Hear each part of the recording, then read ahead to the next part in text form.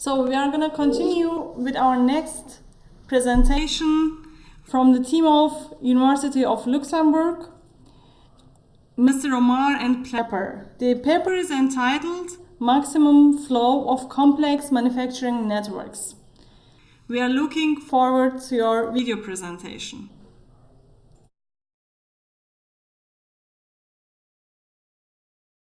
Hello everyone, and thank you for joining me today. I would also like to thank the 7th CIRP Global Web Conference organizers and this session chair. My name is Yamila Omar, and today I'll be presenting my work titled Maximum Flow of Complex Manufacturing Networks. The objective of this work is to determine the theoretical maximum production capacity and the location of bottlenecks of a manufacturing network modeled as a complex network under two assumptions. The first one is a steady state flow of materials. The second, zero intermediate inventory levels. Now in detail, this means that I will be using complex network analysis and graph theory to describe manufacturing networks.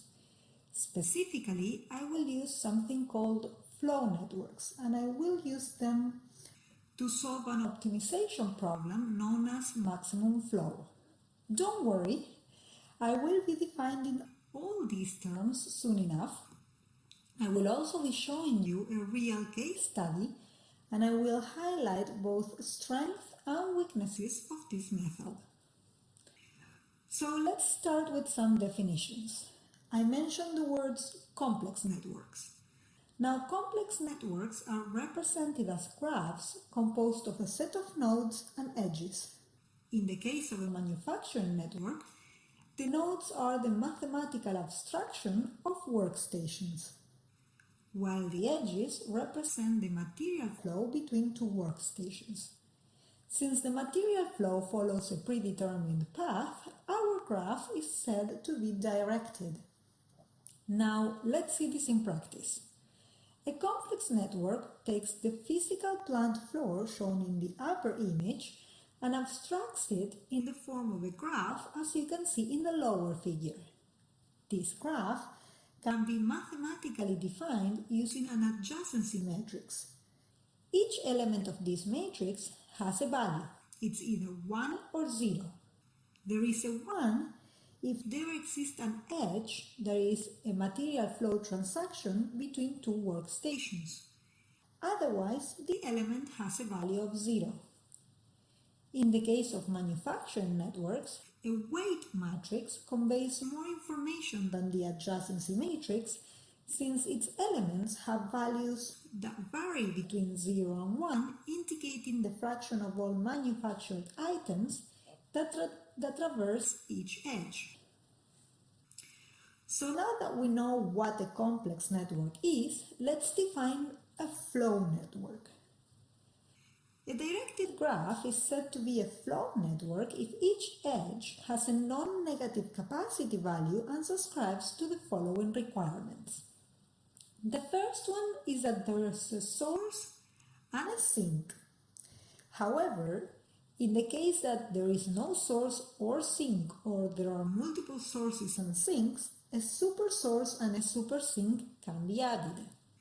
The edges connecting the super source and super sink to other nodes have, by convention, infinite capacity. The second requirement is that there are no antiparallel edges. However, if antiparallel edges are present, the graph must be transformed to an equivalent one without antiparallel edges. Finally, the graph must be connected.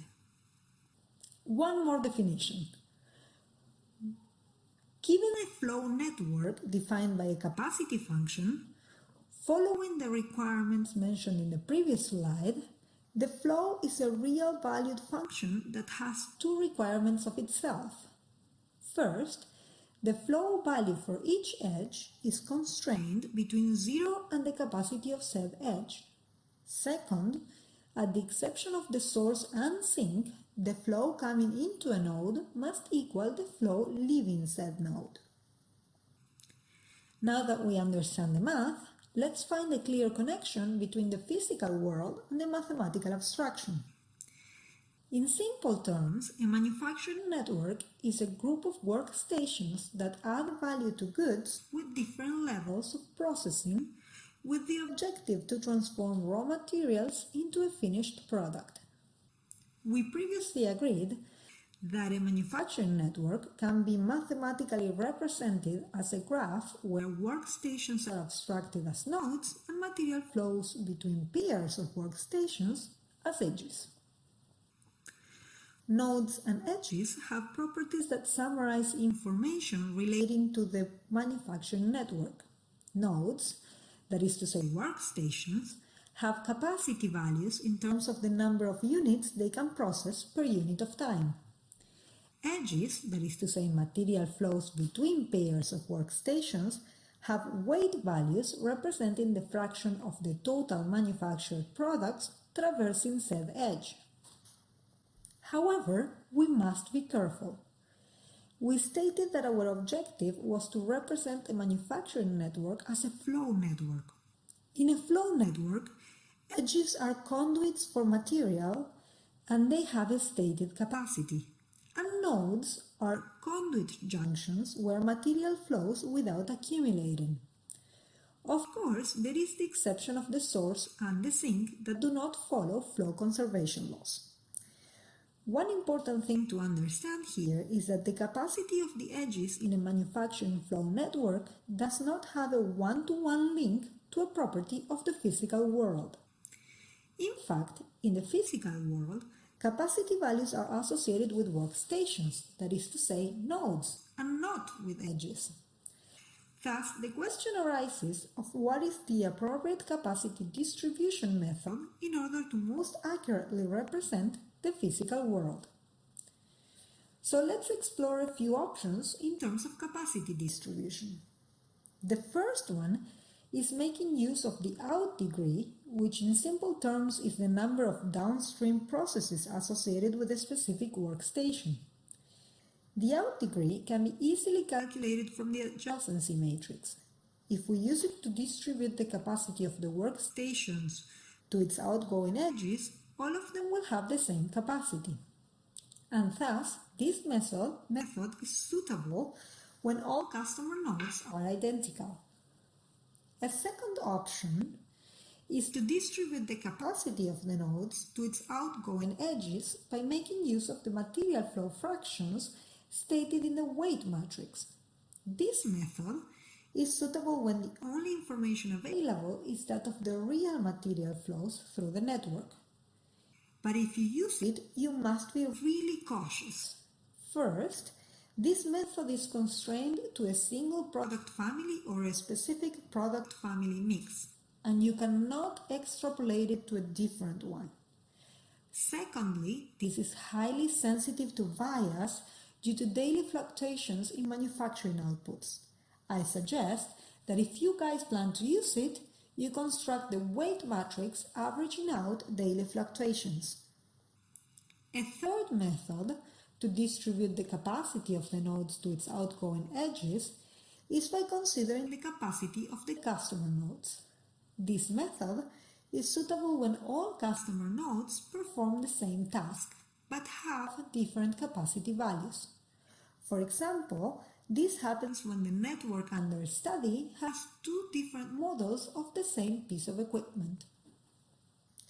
By now, we understand the mathematical abstractions and we figured out possible ways to translate the physical system into those abstractions. Now, we are going to look into the optimization problem known as maximum flow that we intend to solve. So, what is that we want to solve, really? Well, in industry-friendly terms, given a manufacturing flow network of known edge capacities, we want to determine the theoretical maximum production rate that the network can attain under the assumptions of a steady-state flow and zero intermediate inventory levels. That's great. So how do we solve that? We will use a well-known method called the Ford-Fulkerson method. Let's see, without too much detail, how it works. Initially, all edges are initialized to a flow of 0, and they are iteratively increased respecting edge capacity constraints. At each iteration, the flow value is increased by finding an augmenting path in the associated residual network. The process is repeated until there are no more augmenting paths. It is important to understand that this augmenting path does not necessarily correspond to a manufacturing path, given that the method chooses path following a breadth-first search, which gives shortest path from source to sink. However, it must be noted that the method correctly determines the maximum production capacity and helps identify bottlenecks in the network. Let's see how all of this works in our case study. We are looking here at a complex network corresponding to the manufacturing plant of an appliances manufacturer. The original data corresponds to 2 years of timestamp values obtained from RFID tags. The data was processed to produce this weight matrix representing the manufacturing network. The anonymized data is available for download in GitHub, and you can find the link both on the screen and in the conference proceeding. The workstation capacities are known and summarized in the table below. Given that the data shown in the weight matrix corresponds to 2 years of production of a single product family, the node capacity was distributed to outgoing edges according to the actual material flows as explained previously. This produced the capacity matrix shown. Then, antiparallel edges were dealt with by adding dummy nodes when needed. The result is the flow network on the right, where the thickness of the edges is proportional to their capacity values. The maximum flow problem was solved using the Ford-Fulkerson method. Initially, the flow is set to 0 for all node pairs. At each iteration, the flow is increased by finding a simple path from source to sink using breadth-first search, which produces shortest path between two given nodes. It must be noted that this method will not visit workstations in the traditional manufacturing sense. In fact, the flow fraction graph produced and depicted on the right shows that the math behind this method does not visit each workstation in the manufacturing network. The method follows shortest path, which are not necessarily manufacturing path, to efficiently determine the maximum production rate of the whole system by quickly identifying bottlenecks. The flow fraction graph on the right is not a representation of the manufacturing line. It is only intended to graphically identify the bottlenecks. That being said, solving the maximum flow problem indicates that the maximum production capacity in this manufacturing network is of 315 units per day. Furthermore, if we back-engineer the flow fraction graph, we can see that workstation 2 must be used at 100% capacity to attain said maximum production capacity. Thus, workstation 2 is the bottleneck in this network.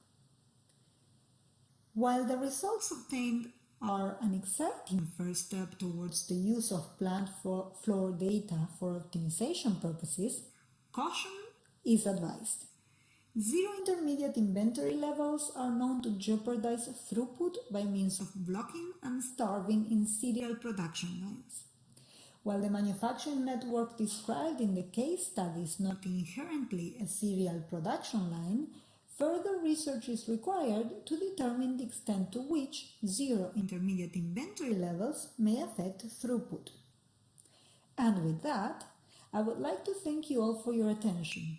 I remain available for any questions.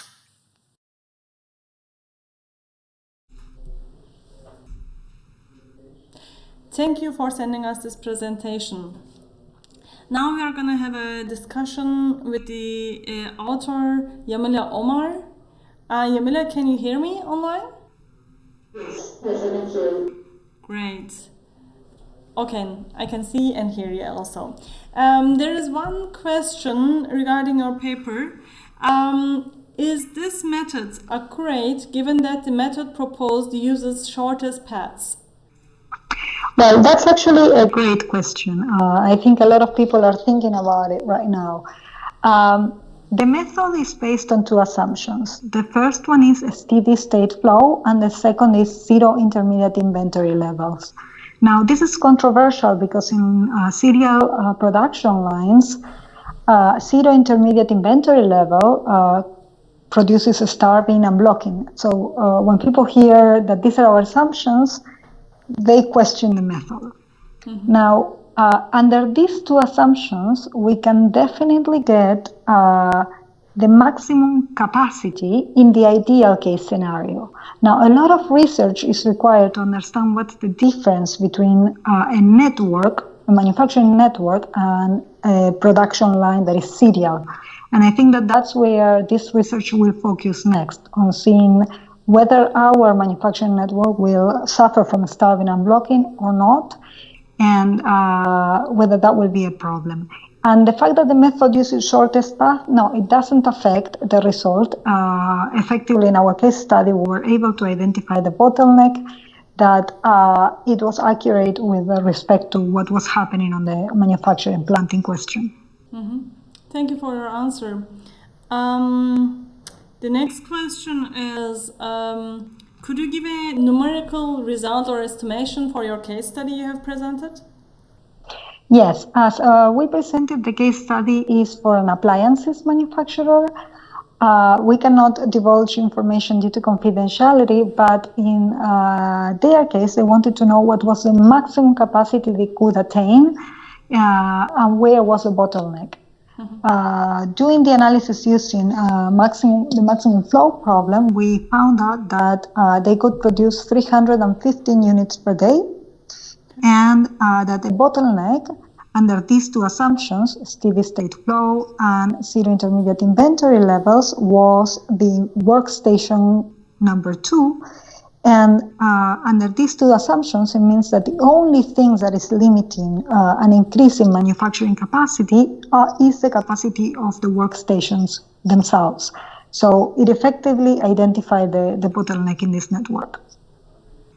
Okay, thanks a lot. Thanks a lot also for your time and contribution. I hope to see you soon.